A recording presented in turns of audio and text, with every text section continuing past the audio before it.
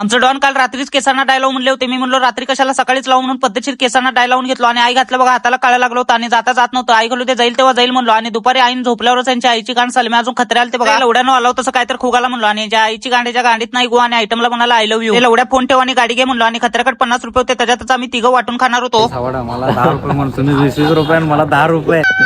मी तर बेकरीत आल्याला पहिला 10 वाला कोण घेतलो बाबा. तुम्ही कोण खालो मला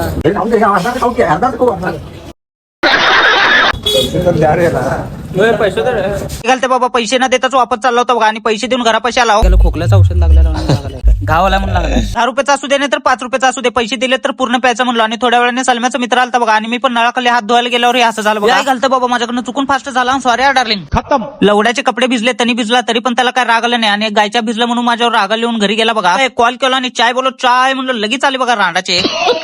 पद्धतशीर चागी पिला आणि लवड्या तुला काय गॉगल चांगले दिशेने म्हणून गॉगल आणलो. पद्धतशीर गाण आणि ब्लॉग आवडला असेल तर लाईक फॉलो तेवढं नक्की करा.